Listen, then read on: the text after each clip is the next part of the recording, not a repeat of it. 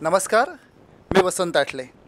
महान्यूज लाईव्हच्या स्पेशल एपिसोडमध्ये आज आपण भेटणार आहोत राजापूरमधील एक प्रथितयश व्यक्तिमत्व आणि अजातशत्रू पॉलिटिशियन श्रीयुत गोठणकर सर. तर गोठणकर सरांचं सर्वप्रथम मी महान्यूज लाईव्हतर्फे अभिनंदन करतो, कारण नुकतीच त्यांची ZRUCC अर्थात मध्य रेल्वेचे बोर्ड प्रवासी संघ म्हणून एक जो आहे त्याचे समन्वयक म्हणून सुरेश प्रभू साहेबांनी माननीय रेल्वे मंत्री भारत सरकार ह्यांच्यातर्फे नियुक्ती करण्यात आलेली आहे आणि सर्व राजापूरकरांसाठी ही अतिशय अभिमानाची गोष्ट आहे. तर मी सरांचं अभिनंदन करतो आणि सरांना विचारतो, मुलाखतीची सुरुवात आपण तिथूनच करूया, की सर तुमची ही जी नियुक्ती प्रभू साहेबांनी केली तर त्याच्याबद्दल थोडंसं सांगा. माननीय सुरेश प्रभू हे माझे तसे फार 20 ते 25 वर्षापासूनचे जुने मित्र. एकतर सुरेश प्रभूंची माझी निवडणुकीच्या वेळी प्रचारामध्ये एकत्र असायचे. विशेषतः सुरेश प्रभू मला आपल्याबरोबर प्रचाराला घ्यायचे आणि मग या गेली अनेक वर्षाच्या मैत्रीचं मला त्यांनी जेव्हा रेल्वे मंत्री झाले तेव्हा मला फोन आला. तेव्हा माधवराव मला तुम्हाला काय करायचं, तर मी त्यांना असं म्हटलं की सुरेशराव मला तुमच्याबरोबर काम करणं आवडेल. आणि म्हणून कोकणातून त्यांनी माझं नाव सुचवलं.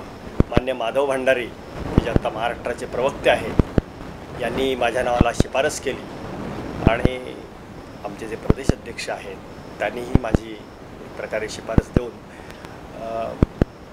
भारतीय रेल्वे प्रवासी संघ जो आहे ZRUCC याच्यामध्ये मला केंद्राची कमिटी मिळाली आणि त्याचं सारं श्रेय खरं म्हणजे आमच्या प्रभूसाहेबांना द्यावं लागेल. सर मला सांगा, तुमचं बरेच वर्ष राजापूरकर सगळं राजकारण बघत आलेले आहेत आणि या राजकारणाचा तुमचा जो प्रवेश आहे त्याच्याविषयी आता आपण थोडंसं तुमच्याकडनं ऐकूया. मुळातच मी राष्ट्रीय स्वयंसेवक संघाचा कार्यकर्ता. संघाच्या कार्यकर्ता करता मला संघानेच किंवा तुम्ही राजकीय पक्षामध्ये काम करावं आणि म्हणून भारतीय जनता पार्टी त्यावेळीचा जेव्हा स्थापन झालं तेव्हा भारतीय जनता पार्टीच्या स्थापनेपासून मी काम केलं. आणि विशेषतः मला जेव्हा सुरुवात माझी कारकीर्द राजकीय माझे गुरु म्हणून मी आमचे जे नाना कुशे गबा कुशे की जे नगराध्यक्ष होते, खरं म्हणजे माझ्या डोळ्यासमोरचा तो पहिला आदर्श. आणि त्यानंतर मग मी चढत्या क्रमाने राजकारणामध्ये माझी वैचारिक जी बैठक आहे ही संघाशी निगडीत असल्याने साहजिकच आहे संघामधून मी भारतीय जनता पार्टी जी आहे की जी संघाला जवळची आहे अशा पक्षामध्ये मी गेले अनेक वर्ष काम करतो आहे. माझी तपश्चर्या आणि निष्ठा या पक्षावर पूर्वीपासून आहे. जेव्हा आपण सतत म्हणजे जेव्हा भाजप हा पक्ष खूप वर्ष हरतच होता, अशा जेव्हा खूप सुरुवातीचा काळ होता त्या कालखंडामध्ये मला वाटतं तुम्ही रत्नागिरी जिल्ह्याचं आणि राजापूर तालुक्याचं मला वाटतं पहिल्यांदा अध्यक्षपद आणि नंतर जिल्ह्याचं सेक्रेटरी म्हणून तुम्ही काम सुरू केलं. तर त्या कालखंडामधलं तुमचं ते पहिलं काम होतं, तो टप्पा कसा होता? मला आठवतं आहे तो काळ की भारतीय जनता पार्टीने घोषणा दिली होती अगली बारी अटल बिहारी वाजपेयी आणि भाजपने जोरात मुसंडी मारायला सुरुवात केली. दुर्दैवाने भारतीय जनता पार्टीच्या संबंध भारतभरामध्ये 2च सीट आल्या आणि भारतीय जनता पार्टीची एक प्रकारे लोकांनी आता असं कुचेष्टा सुरुवात केली की आता पक्ष तुम्हाला बंद करावं लागणार तुमचं दुकान. खरं म्हणजे आमच्यासारखे जे सगळे कार्यकर्ते होते देशभरात नामुष्की होण्याचा पराभव झालेला होता आणि त्यामुळे सगळेजणच आम्ही की आता ह्या पक्षाचा अर्थात तरीसुद्धा आमची पक्षावरची निष्ठा कमी झाली नाही. एक ना एक दिवस हा पक्ष निश्चित सत्तेवर येईल अशा प्रकारची एक इमेज बाळगून एक कार्यकर्ता गोळा करत होतो. मी तर त्यावेळी तालुकाध्यक्ष होतो आणि तालुकाध्यक्ष असताना कोणत्याही परिस्थितीमध्ये राजापूर तालुक्यामध्ये भारतीय जनता पार्टीची ओळख व्हावी, सर्वत्र माहिती व्हावं या दृष्टीने मी प्रयत्न करतच होतो. प्रयत्नात कधीही खंड पडलेला नाही. एकूणच तुमचं राजकारण सगळ्या राजापूर तालुक्याला जिल्ह्याला पूर्ण माहिती आहे. राजकारणाकडून थोडंसं आपण जे व्यक्तिमत्व तुमचं अनेक पैलूंनी जे भरलेलं आहे तर त्याच्यामधल्या आपण जरा बालपणाविषयी सुरू करूया. थोडं जरा आपण फोकस बदलूया की तुमचा बालपणाच्या काही गोष्टी शिक्षण वगैरे या विषयात काही सांगितलं तर बरं होईल. मुळातच बालपण आमचं, माझे वडील प्राथमिक शिक्षक, आम्ही 8 भावंड, त्यामुळे आणि त्यावेळेचा शिक्षकांना असलेला पगार, त्यामुळे बालपणातली आमची परिस्थिती अत्यंत गरिबीचीच होती. तरी पण त्याही परिस्थितीमध्ये आम्ही शिक्षण घेतलं. वडीलच शिक्षक असल्यामुळे शिक्षणाचा आमच्या घरामध्ये पूर्वीपासून संस्कार होते. सगळी भावंडं आमची चांगली शिकली आणि त्या दरम्यान माझा खऱ्या अर्थाने मी पहिला प्राथमिक शिक्षक म्हणून रत्नागिरी नगर परिषदेमध्ये लागलो. आमचे जोशी मास्तर राजापूरचे मला एकदा भेटले आणि मला म्हणाले की तू आता राजापूर हायस्कूलला ये, आमच्याकडे तुला आम्ही नेमून घेतो. आणि माझं रत्नागिरीतून स्थलांतर राजापूरला झालं. 1978ला मी राजापूर हायस्कूलला आलो आणि तिथपासून मी गेली अनेक वर्ष राजापूरमध्येच हायस्कूलमध्ये काम केलं. तुम्ही मूळचे संघ स्वयंसेवक, पण मला सांगा तुमचं राजकारण प्रवेश म्हणजे तुमचा मूळ पिंड तसा होता की कौटुंबिक काही त्याच्या आधी पार्श्वभूमी होती, की तुमचा राजकारण प्रवेश एकूणच कसा झाला? राजकारणामध्ये आम्हाला तसं बघायला गेलं तर कोणीही पाठीराखा नाही किंवा राजकारणामध्ये आम्हाला गॉडफादर म्हणतात तोही नव्हता. पण तरीसुद्धा मुळातच सामाजिक कार्याची ओढ असल्याने समाजकार्य करता करता आपोआपच माझं राजकारणाकडे ओढा वाढला. आणि राजकारणामध्ये मला नंतर नाही म्हटलं तरी याच्यातून राजकारणातून समाजकारण असं करावं म्हणजे आपली अधिक ताकद मिळेल, आपल्याला लोकांची सेवा करता येईल, अशा हेतूनच माझा खरा प्रवास राजकारणाकडे सुरू झाला. पहिल्यांदा जेव्हा युतीची सत्ता आली तेव्हा तुमच्या काय भावना होत्या एक विषय, आणि त्यानंतर सत्तेची हळूहळू फळं मिळायला सुरुवात झाली होती आणि त्याबद्दलही थोडंसं, कारण मला माहिती आहे तुमची निवड मंडळावर कोकणातून कोकण निवड मंडळ होतं त्यावेळेला भरतीसाठी, तर त्याच्यावर सुद्धा तुमची निवड झाली होती, तर त्याविषयी जरा विस्तारानं काही सांगितलं तर बरं होईल. ज्यावेळी भारतीय जनता पार्टीची सत्ता आली तेव्हा खरं आमच्यासारखे जे अति खालच्या थरावर काम करणारे जे कार्यकर्ते होते ह्यांना अतिशय आनंद झाला की कधी नव्हतं भारतीय जनता पार्टी सत्तेवर आली. त्याचवेळी देशातसुद्धा अटल बिहारी वाजपेयी पंतप्रधान झाले. राष्ट्रीय स्वयंसेवक संघाचा एक स्वयंसेवक देशाचा पंतप्रधान झाला, याचा सगळ्या स्वयंसेवकांना अतिशय आनंद झाला होता. प्रमोद महाजन, की ज्या प्रमोद महाजनना मी अगदी जवळून ओळखायचो, ते मी त्यांच्या अगदी जवळचं होतो, प्रमोद महाजन गोपीनाथराव मुंडे यांचे, त्यामुळे अतिशय आनंदी झाले. आणि महाराष्ट्रात सत्ता आल्यावर खऱ्या अर्थाने सत्तेची फळं जी चाखायला मिळाली त्यातला एक पहिला मी आहे की राजापूरमध्ये म्हणजे माझी ओळख होती पार्टीकडे महाराष्ट्रात की राजापूर म्हणजे महादेव गोठणकर. त्यामुळे मी पदवीधर असल्याने मला निवड मंडळ जे आहे हे निवड मंडळासारखं अत्यंत सेन्सिटिव्ह की ज्याच्यावर मुलाखती घ्यायच्या आणि बेरोजगारांना नोकऱ्या लावायच्या, आणि त्यामुळे मला हजारो लोकांना नोकऱ्या लावायच्या संधी मिळाल्या. मग ग्रामसेवक असेल, तलाठी असेल, कृषी सहाय्यक असेल, वनरक्षक असेल, क्लार्क असेल, क्लास 3च्या पोस्ट अनेक लावण्याची संधी मला प्राप्त झाली. सत्तेचं खऱ्या अर्थाने आम्ही त्या ठिकाणी उपयोग करून गोरगरिबांना न्याय देण्याचं काम मी केलं.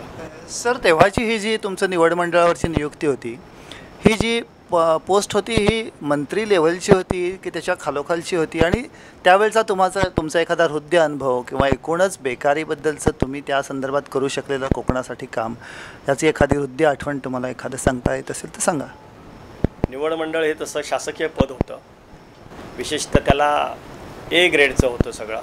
म्हणजे खऱ्या अर्थाने आम्हाला त्या ठिकाणी वावरताना खूप मानसन्मान मिळायचा, शासकीय पातळीवर मानसन्मान मिळायचा, कारण आमच्या एका गुणाने एखादा विद्यार्थी नोकरीला लागायचा, त्यामुळे सर्वत्र मानसन्मान तर व्हायचा, सर्वत्र स्वागत व्हायचं. मी या पदावर गेल्यावर माझ्या कोकणातल्या गरीबातल्या माणसाला आपण कसं लावता येईल अशासाठीच प्रयत्न केला. आणि त्यामुळे आज जे कोकणामध्ये लागलेले जे अनेक आत्ता इथं राजापूरमध्ये तर विशेषतः तलाठी जे आहेत ते मीच सगळे इंटरव्ह्यू घेतलेले इथं आलेले आहेत. आणि त्यामुळे कोकणातले जास्तीत जास्त लोक कसे लावता येतील असा प्रयत्न केला. माझी ख्याती होती संपूर्ण महाराष्ट्रभर की अत्यंत गरीब लोकांना लावणारा, म्हणून माझ्याकडे सगळे महाराष्ट्रातले लोक बघायचे. राजापूर आणि रत्नागिरीपर्यंतचं आपली जी ओळख आहे ती एक निरलस आणि एक सर्वांमध्ये मिसळणारं व्यक्तिमत्व. तर तुमचं हे जे राजकारण चालू होतं त्याबरोबरीने समाजकारण तुम्ही कसं केलं, त्याचा फोकस कसा राहिला, आणि जास्त राजकारण चालू राहिलं की समाजकारण, याविषयी काय सांगाल? राजकारणामध्ये मी मुळात भेदभाव केला नाही की तो कुठल्या धर्माचा आहे, कुठल्या जातीचा आहे, कुठल्या पंथाचा आहे. माझ्यासमोर येणारा प्रत्येक माणूस हा आपल्याकडे कामाला आला आहे, आणि जो आपल्या दारावर आला आहे त्याला कोणत्याही प्रकारे आपण न्याय द्यायचा. मग तो कुठल्या पक्षाचा आहे हा मी कधीच विचार केला नाही त्याचा. आपल्याकडे आलेल्या प्रत्येक माणसाचं काम करणे, आणि त्यातूनच मला मानसिक समाधान मिळायचं की मी याचं काम केलं, याचा मला आनंद मिळाला. अनेक रुग्णांना म्हणजे आम्ही मध्ये असे हे केलं होतं की रुग्णांना मदतीचा हात पुढे करायचा.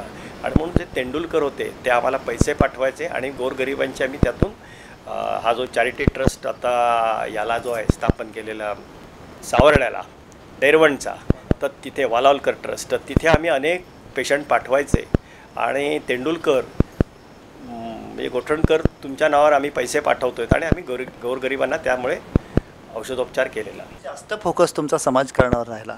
आणि मला सांगा, तुम्ही जेव्हा लागलात राजापूर हायस्कूलला, वासुकाका जोशींचं नाव सरांचं तुम्ही घेतलं मग, तर तुम्ही जेव्हा लागलात तेव्हा तुम्हाला वाटलं होतं की आपण HM ह्या हायस्कूलचे हो, तिथलेच तुम्ही विद्यार्थी होतात, तर तुम्हाला वाटलं होतं का इथला मी हेडमास्टर होईन? तर त्या आठवणी कशा आहेत? किती वर्ष आपण तिथे HM म्हणून काम केलं? आणि HM झाल्यावर हायस्कूलमधल्या काही बदलांविषयी सांगू शकाल? मुळात 1968ला मी राजापूर हायस्कूलला 8वीला आलो.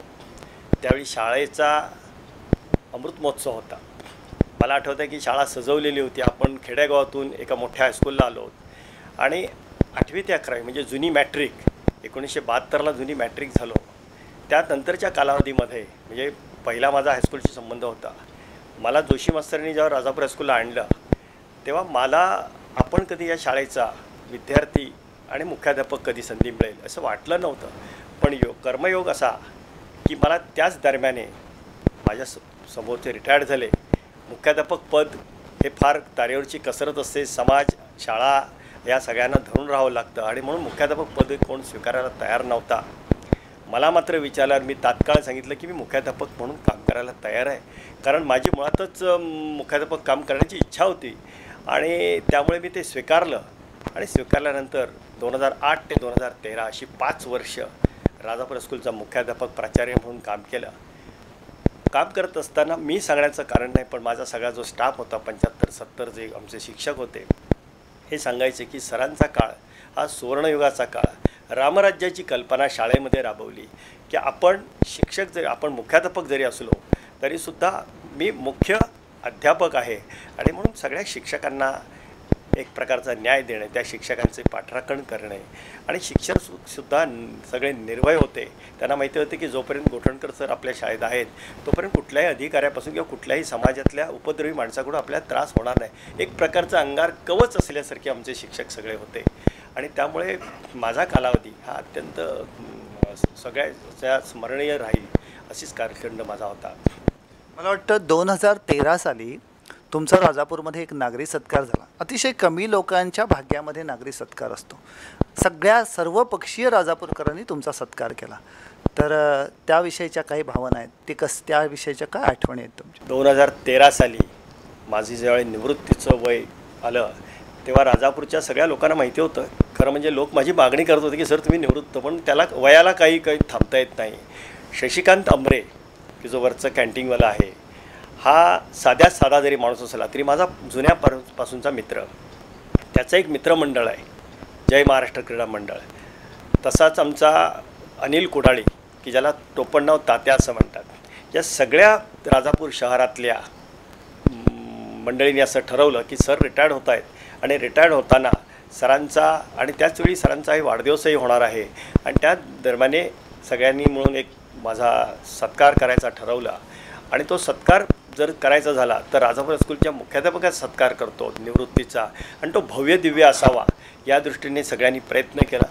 माझ्यावर एक विशेष गौरवांक काढला गेला. आमच्या हायस्कूलचे जे मुख्याध्यापक अणसर जे मांडवकर सर आणि आमच्या अणसर हायस्कूलचा सगळा स्टाफ या सगळ्यांनी खूप मेहनत घेतली. राजापूर शहरातल्या सगळ्या तरुण वर्गाने मेहनत घेतली आणि एक भव्य असा 2000 लोक माझ्या सत्काराला होते. डॉक्टर किंद्रे यांच्या अध्यक्षस्थानी होते. अनिल कुडाळी जो आमचा होता तो या सत्काराचा प्रमुख होता आणि एक फार मोठा चांगला सोहळा, हजारो लोकांनी तो कार्यक्रम पाहिला. आणि आपण रिटायर्ड होत असताना समाजाने आपल्याला खऱ्या अर्थाने मान्यतेची ती पावतीच होती. आपलं व्यक्तिमत्व एक बहुआयामी व्यक्तिमत्व असं म्हणता येईल तुमच्या व्यक्तिमत्वाला. तुम्ही शैक्षणिक क्षेत्रात सुद्धा काम केलं, स्वतःच्या संस्था काढल्यात, तर त्याविषयी स्वतः थोडंसं. मी ज्या खडतर तपश्चर्येत शिकलो, कारण आम्हाला पूर्वी शाळा खूप दूर असायच्या आणि म्हणून माझा इकडे कल असा होता की आपल्याला संधी मिळताच आपण शाळा शैक्षणिक संस्था सुरू कराव्यात. आणि म्हणून पहिली माझी शैक्षणिक संस्था स्थापन केली अणसुऱ्याला स्थापन केल्यानंतर खरवत्याला दुसरी शाळा आम्ही सुरू केली आणि मोरोशीला तिसरी संस्था स्थापन केली आज खरवतं आणि मोरोशी या मी गाववाल्यांना देऊन टाकल्यात शाळा दोन्ही. पण अणुसऱ्याची शाळा जी आमची आहे ही आज व्यवस्थित चालू आहे. तिथला स्टाफ फार चांगला आहे. मांडवकर सर त्या सगळ्यांकडून काम करून घेत आहेत. 100% निकाल लागतो आहे आणि गावाचीही चांगल्यापैकी साथ आहे. आणि त्यामुळे शैक्षणिक संस्था काढण्याचा जो माझा हेतू होता तो सफल झाला. विशेषतः अणसुर असं एक गाव होतं की या ठिकाणी मुलींना 7वीच्या पुढे जायला मिळत नव्हतं. आम्ही सर्वे केला आणि लक्षात आलं की मुली शिकू शकत नाहीत. अणसुरे हायस्कूल झाल्यामुळे गावातील मुली पदवीधरपर्यंत शिकल्या आणि खऱ्या अर्थाने आम्ही मुलींनाही त्या ठिकाणी न्याय दिला. मला वाटतं तुम्हाला आयुष्यात भरपूर पुरस्कार मिळाले असतील, पण तो सांगण्यासारखे शैक्षणिक क्षेत्राशी संबंधित मला वाटतं तुम्हाला आदर्श मुख्याध्यापक आणि आदर्श संस्थाचालक असे 2 पुरस्कार तर माझ्यापर्यंत आलेले आहेत. तर त्याविषयी थोडंसं. मुख्याध्यापक म्हणून मला आपले जे नामदार मोते सर आहेत, महाराष्ट्राचे आमदार विधान परिषदेचे, यांच्या नावाचा एक परीक्षण आणि त्याच्यानंतर त्याच्यावर मिळणारा सत्कार, तो मला आदर्श मुख्याध्यापक म्हणून माझं काम निश्चितच ज्यांनी कोणी माझं परीक्षण केलं त्याने नजरेत भरणार होतं. त्यामुळे मला आदर्श मुख्याध्यापक म्हणून मिळालं. त्याचबरोबर आदर्श संस्थाचालक माझे शिक्षकच सांगतील की संस्थाचालक कसा असावा, आणि म्हणून आदर्श संस्थाचालक हाही मला पुरस्कार मिळालेला आहे. विशेषतः मला हे पुरस्कार खऱ्या अर्थाने माझ्या कामापेक्षा माझ्यावर प्रेम करणाऱ्या लोकांनीच मला. एकूणच राजकारण आणि समाजकारण करत असताना खूपच घराच्या बाहेर राहायला लागतं, आणि ह्या तुमच्या प्रवासामध्ये नेहमीच म्हणजे सगळ्या यशस्वी लोकांसाठी त्यांचे कौटुंबिक साथ असणं महत्त्वाचं असतं. तर या ठिकाणी आपल्या सुविद्य पत्नी सौ मॅडम बसलेले आहेत. तर त्यांच्याविषयी त्यांची साथ एकूणच तुमच्या ह्या प्रवासामध्ये कशी मिळाली होती? खरं म्हणजे माझ्या ह्या यशाची 50% वाटेकरी माझी पत्नी आहे. कारण ह्या सगळ्या ह्याच्यामध्ये माझं बाहेर प्रवास असणं, आता माझा प्रवास थोडा कमी झाला, पण आता पुन्हा सुरू झाला आहे ह्या रेल्वेच्या कमिटीमुळे. पण माझं तसं बघायला गेलं तर माझ्या ह्या सगळ्या यशाच्या वाट्यामध्ये तिचा फार मोठा वाटा. कारण तिने खूप सहन केलं. माझ्या आयुष्यातले सगळे चढाव उतार त्याची ती साक्षीदार आहे, आणि मला मिळालेले सगळे जे गौरव आणि पुरस्कार आहेत त्याचीही ती भागीदार आहे. कारण माझ्या मिसेसने जर साथ मला दिली नसती तर हे मला कदापि शक्य नव्हतं. कारण मला 2 मुलगे, आमच्या मॅडम शिक्षिका, आणि हे सगळं व्याप करून तुम्ही मला मागे वळून बघू नका, तुम्ही आपल्या राजकारणामध्ये किंवा समाजकारणामध्ये पुढे राहा, तुमच्या यशामध्ये मला आनंद आहे, अशा प्रकारची भावना असल्यामुळेच मी खरं म्हणजे मोठा होऊ शकलो.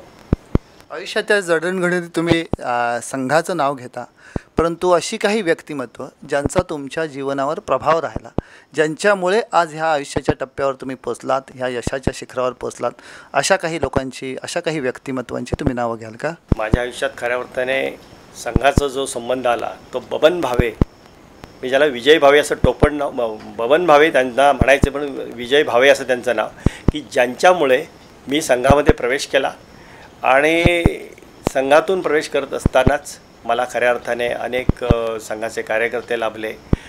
यशवंत परांजपे माझा जुना मित्र, दत्तात्रय रानडे, त्याचबरोबर खऱ्या अर्थाने ज्याचं जीवन आमच्याच डोळ्यासमोर आदर्श ठेवलं ते म्हणजे आमचे प्रमोद दीक्षित, की राजापूरला प्रचारक होते. आम्हाला सगळ्यांना त्यावेळी, मुळात मी सुरुवातीला दलित पॅन्थरचं काम करायचो, आणि दलित पॅन्थरचं काम करत असताना गावावरून मुंबईहून जेव्हा गावी आलो त्या संघाच्या संबंधात आलो, पॅन्थर विसरलं आणि संघाचा संशोधक झालो. प्रमोद दीक्षितने आमच्या आयुष्यात खऱ्या अर्थाने माझ्या आयुष्याला जे वळण मिळालं, कारण तसं आम्ही शांत प्रवृत्तीचे लोक नव्हतोच, पण प्रमोद दीक्षितमुळे मला माझ्या आयुष्याचं बदल झाला. आणि दुर्दैवाने प्रमोद दीक्षितांचं आसामला बोडो नॅगारेट जी होती त्यांना गोळ्या घालून मारलं. पण मला आजही आठवतं आहे की एवढा मोठा मनुष्य मी माझ्या आयुष्यात कधी पाहिलेला नाही. राजकारणामध्ये जसं मला शिखरावर न्यायला आमचे कुलकर्णी, आमचे शरद भाऊ कुलकर्णी यांनी जसं मला राजकारणामध्ये मोठं केलं, तसं संघामध्ये मला आणून स्थापत्य देणारे म्हणजे आमचे प्रमोद दीक्षित आणि बबन भावे आमचा फाउंडर मेंबर. मुलाखत संपवताना माननीय मॅडम यांना मी एक प्रश्न विचारू इच्छितो की ह्या प्रवासामध्ये, आजच्या ह्या टप्प्यामध्ये, ह्या वळणावर सर पोचलेत, एक सुंदर यशस्वी आयुष्य, समाज मान्यता, यश मिळालेलं आहे भरपूर. तर तुमची साथ होतीच, सरनी उल्लेख केला, पण तो मॅडम सरांच्या एकूणच व्यक्तिमत्वाविषयी आणि सरांविषयी आज तुमच्या भावना काय आहे? काय आहे, सरांचा जो हा आनंद आहे, सरांचं जे यश आहे, त्यात माझी जरी साथ असली तरी त्यांचा तो पिंडच आहे असा की सतत धडपडत राहणं, करत राहणं, काम करत राहणं. गरीबाला किंवा एखाद्या प्रसंगी अडचण असेल त्याला मदत करणं हा त्यांचा पिंडच आहे. त्यामुळे मी कधी त्याच्यात त्यांना अडथळा आणलेला नाही. आणि मी जरी नोकरी करत असले तरी मी घरातलं सांभाळून सगळं करत होते. तेव्हा त्यांना मी माझ्या घरातल्या कामात कुठेही गुंतवून ठेवलेलं नाही. तुम्ही तुमचं कार्य करत राहा, त्याच्यात तुम्हाला यश असणारच आहे. मुलाखत संपवताना सर 2 प्रश्न विचारणार आहे तुम्हाला मी. माझा पहिला प्रश्न आहे की आयुष्याच्या या टप्प्यावर तुमच्या एकूणच काय भावना आहेत, समाधानाच्या भावना आहेत तुमच्याकडनं कळलं, पण तो आणखी काही त्याविषयी सांगाल. आणि दुसरं, एकूणच फ्युचर जे लाईफ आहे, खूपच अजून यंग आहात तुम्ही, तर तशा दृष्टीने काय अजून वाटतंय, हे राहिलं आहे, हे करायचं आहे, काय प्लॅन्स आहेत? संधी मिळाली तर नक्कीच अधिक काम आणखी करीन. जसं असतं सुरेश प्रभूंनी मला रेल्वेसारख्या ठिकाणी काम करायची संधी मिळाली, त्यामुळे मला विशेषतः कोकणातल्या मुलांकडे की जे बेरोजगार आहेत त्यांना अधिकाधिक कसं लावता येईल असाही माझा प्रयत्न आहे. तसं माझ्याकडे मध्य रेल्वे असल्यामुळे कोकणापुरतीच माझी मर्यादा नाही आहे, तर अन्य ठिकाणचे सुद्धा जे बेरोजगार आहेत त्यांना मला कसं लावता येईल असा एक प्रयत्न करीन मी. आणि जास्तीत जास्त आपल्याकडून काम कसं होईल, लोकांची सेवा कसा करता येईल असा माझा निश्चित प्रयत्न राहणार आहे. भविष्यात जर आणखी काही मला मिळालं तर मी नक्की त्याचं चीज करीन, कारण माझा एक स्वभाव आहे की मिळालेलं काम आपण अत्यंत चांगल्या प्रकारे आणि आपल्याकडून कुठल्याही प्रकारे कसूर न ठेवता काम करावं, हे माझा पूर्वीपासूनचा प्रयत्न. धन्यवाद सर. तर हे होते राजापुरातील लाडकं व्यक्तिमत्व, एक प्रथितयश पॉलिटिशियन श्रीयुत गोठणकर सर आणि त्यांच्या पत्नी सौ गोठणकर मॅडम. आज या ठिकाणी त्यांनी महान्यूज लाईव्हला जी मुलाखत दिली त्याबद्दल महान्यूज लाईव्हतर्फे मी त्यांचं खूप खूप धन्यवाद देतो त्यांना, आणि या ठिकाणी थांबूया. धन्यवाद. नमस्कार. नुकतीच आपले गोठणकर सर यांची माननीय सुरेश प्रभूंनी मध्य रेल्वेच्या प्रवासी संघ समन्वयक म्हणून जी नियुक्ती केली, तर त्या संदर्भात त्यांचेच सरांच्या शाळेमधले त्यांचे हेडमास्टर माननीय संजयजी मांडवकर सर यांच्या काय प्रतिक्रिया आहेत, काय भावना आहेत ते आपण ऐकूया त्यांच्याच तोंडून. निश्चितच सरांना मिळालेली ही एक अतिशय मोठी संधी आहे. आणि माझ्या मागील 30 वर्ष मी जे सरांच्या समवेत आहे, निश्चितपणे कोकणातील बेरोजगार तरुणांसाठी अतिशय सुंदर अशी संधी आणि माझं अतिशय प्रभावी व्यक्तिमत्व म्हणून मी सरांकडे पाहतो. कारण एकमेव उदाहरण असं असेल महाराष्ट्रातील की जिथे संस्थाध्यक्ष आणि मुख्याध्यापक यांचा वाढदिवस एकत्र साजरा केला जातो. त्यांना मिळालेली ही संधी सर निश्चित त्याचं सोनं करतील. याच निमित्तानं मी सरांचे शेजारी, सर ज्याच्या लहानपणापासून ज्यांच्याबरोबर ज्याला पाहतायत असा सरांचा विद्यार्थी आणि त्यांचे शेजारी आणि राजापुरातील एक प्रथितयश व्यापारी श्रीयुत मंगे यांना विचारतो आहे की त्यांच्या सरांविषयी काय भावना आहे. नमस्कार. सर रेल्वे बोर्डावरच्या नियुक्तीवरती विराजमान झाले. पहिल्याप्रथम मी त्यांचं अभिनंदन करतो. सर आम्हाला हायस्कूलला शिक्षक म्हणून लावले. त्यांच्या मार्गदर्शनामुळे आज मी इथपर्यंत पोचलो. तर त्यांनी मला भरपूर मार्गदर्शन केलं आणि राष्ट्रीय स्वयंसेवक संघाच्या जेव्हा ह्या असतात शिबिर असतं तेव्हासुद्धा त्यांनी आम्हाला त्यावेळेला वेळोवेळी सांगितलेलं आहे की त्याची माहिती दिलेली आहे. आणि अजूनपर्यंत काही मदत लागली तर सर आम्हाला सर्वतोपरी मदत करतात. आज जो आहे मी त्यांच्यामुळे आहे. सरांचं एकूणच व्यक्तिमत्व प्रभावी व्यक्तिमत्व आहे, चांगले पॉलिटिशियन आहेत ते आणि अजातशत्रू आहेत ते. तर सरांचे एक कार्यकर्ते आणि आमचे मित्र हरळकर सर यांना मी विनंती करतो की त्यांनी सरांविषयी 2 शब्द. सर म्हणजे माझे एकदम जवळचे मित्र आहेत आणि कौटुंबिक आमचं एक नातं आहे. सरांना मी एकदम दयाळू आणि बहुजनांचा कार्यकर्ता म्हणूनच मी या ठिकाणी त्यांना पाहतो. आणि त्यांच्या बोलण्यातून नेहमी एकच असतं की गरिबांना आपण काहीतरी करायला पाहिजे. आणि ते त्या पद्धतीनं त्यांनी हजारो मुलांना निवड मंडळावरती असताना त्यांनी त्या ठिकाणी बेरोजगार मुलांना नोकऱ्या दिलेल्या आहेत. त्याच पद्धतीने आता त्यांच्या कार्याचं फळ म्हणून त्यांना आता ZRUCC मध्य रेल्वेचं एक महत्त्वाचं दिल्लीचं एक पद भेटलेलं आहे. आणि त्या पदाच्या निमित्ताने सर त्या ठिकाणी मुलांना लावण्याचा प्रयत्न करणार आहेत. त्या पद्धतीचं सरांनीसुद्धा माझ्याशी सांगितलं की गरीब मुलं असतील त्यांचा शोध घे आणि आपल्याला गरीब मुलांना त्या ठिकाणी कामाला लावायला पाहिजे. या ठिकाणी बहुजनांचा कार्यकर्ता म्हणून मी या ठिकाणी बघतो.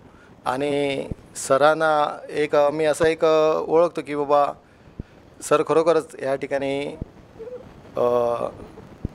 समाजाला पुढे घेऊन जातील अशी माझी प्रांजल अशी इच्छा आहे आणि ते करतील. आणि त्यांच्या भावी कार्याला माझ्याकडून आणि माझ्या कुटुंबाकडून हार्दिक शुभेच्छा. धन्यवाद हरळकर सर.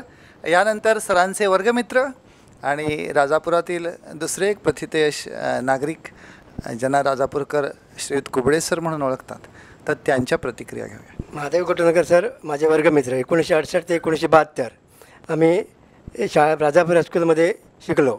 1972ला आम्ही एसी झालो. त्यानंतर महादेव कोटणकर सरांना आता मध्य रेल्वेचे संचालकमध्ये निवड झाल्याबद्दल त्याबद्दल त्यांचं अभिनंदन. महादेव कोटणकर हे माध्यमिक शिक्षक, मुख्याध्यापक, प्राचार्यपासून राजापूर नगर परिषद नगरसेवकपदीपासून निर्लस अशी समाजसेवा करून अनेक पदं भूषवली आहेत. त्यांच्या भावी वाटचालीस माझ्या शुभेच्छा. आणि त्यांनी माझी अशी इच्छा आहे की त्यांनी विधान परिषदेवर आमदार म्हणून जावं किंवा विधानसभेची निवडणूक लढवावी. त्यांच्या भावी वाटचालीस माझ्या शुभेच्छा.